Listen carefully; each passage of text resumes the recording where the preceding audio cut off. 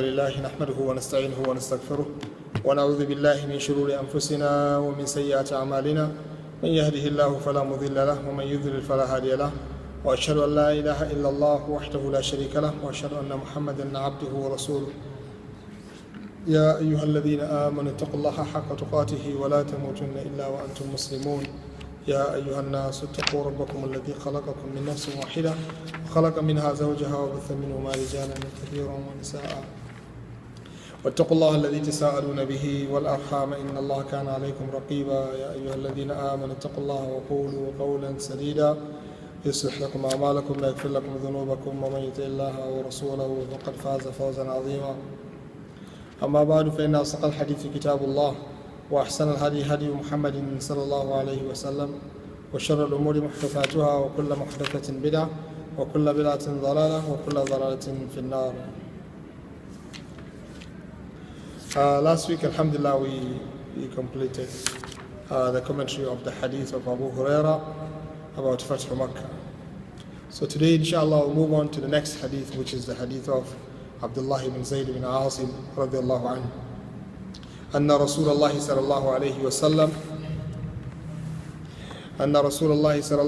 وسلم قال إن إبراهيم حرم مكة ودعا لأهلها وإني حرمت المدينة كما حرم إبراهيم مكة وإني دعوت في ساعها ومدها بمثل ما دعا به إبراهيم لأهل مكة. Abdullah ibn Zayd ibn Asim radiallahu anhu said that the Prophet sallallahu alayhi wasallam said, Inna Ibrahim harrama Makkah wa da'a li ahliha. Ibrahim alayhi salam, Nabiyullah Khalilur Rahman, he made Makkah haram. I mean, tahrim is a tahrim that goes back to those things that we had mentioned earlier, that Makkah or the haram itself is a restricted place whereby you can't do everything. You can only do certain activities that are permissible there, but you cannot kill an animal, you cannot hunt in that place, everything has to live in a state of peace. We talk about that in detail. So the one who made that place like that was Ibrahim alayhi salam, according to this narration. وَدَعَى لِأَهْلِهَا, and also he made dua for the people of that place. And this is when he says, رب اجعل هذا البلد آمنا وارزق أهله من الثمرات من آمن منهم بالله واليوم الآخر قال ومن كفر فأمتعه قليلا ثم اضطره إلى عذاب النار. So Ibrahim alayhi salam made dua for the people, and this happened when he took Ismail and the mother Hajar and he put them in Mecca where there is no food, no water, no life in that place, actually, according to what the hadith mentioned. So it's a place where nothing can survive, because there is no means of sustenance in that place. But Allah subhanahu wa ta'ala commanded him to take the best part of his family to that place, and he did. وَإِذِ ابْتَلَى إِبْرَاهِيمَ رَبُّهُ بِكَلِمَاتٍ فَأَتَمَّهُنَّ. That was a test from Allah subhanahu wa ta'ala. He doesn't have a child, but then Allah subhanahu wa ta'ala gave him the child and asked him to take the child to that place. That was a very strong test to Ibrahim. And he passed the test. He took the child and he put him in that place.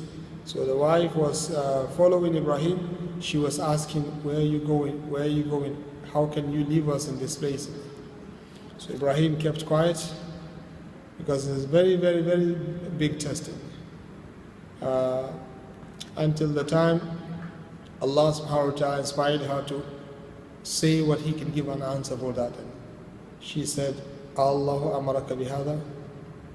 Is Allah subhanahu wa ta'ala the one who commanded you to do this? Qala na'am. He said, yes.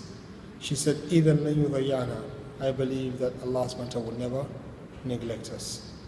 Then she went back to live in that place, since Allah subhanahu wa ta'ala said he wants. Look at Iman billah. This is Imra. Not even man, this is Imra. But then she believes in Allah subhanahu wa ta'ala, and look at how she submitted to what Allah subhanahu wa ta'ala wants. So she lived in that place.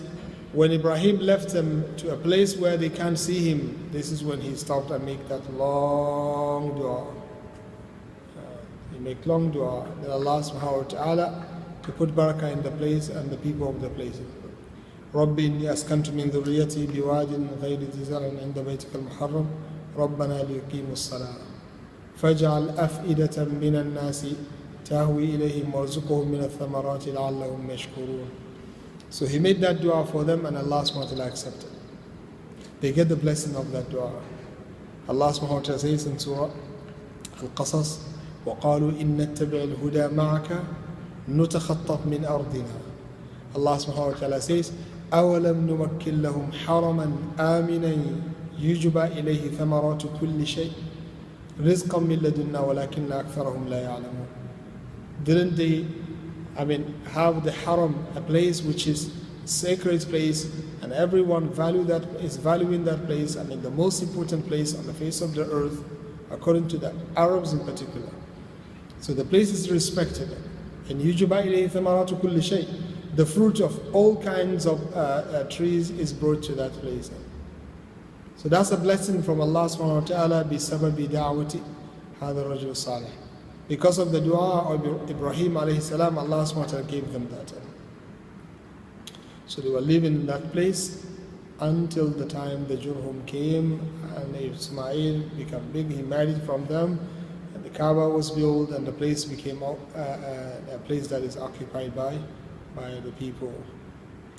So this is the meaning of the saying of the Prophet sallallahu alaihi wasallam, وَدَعَى لِأَهْلِهَا. So he made that long dua, and Surah Al-Baqarah also he made the dua, Ibrahim alayhi salam.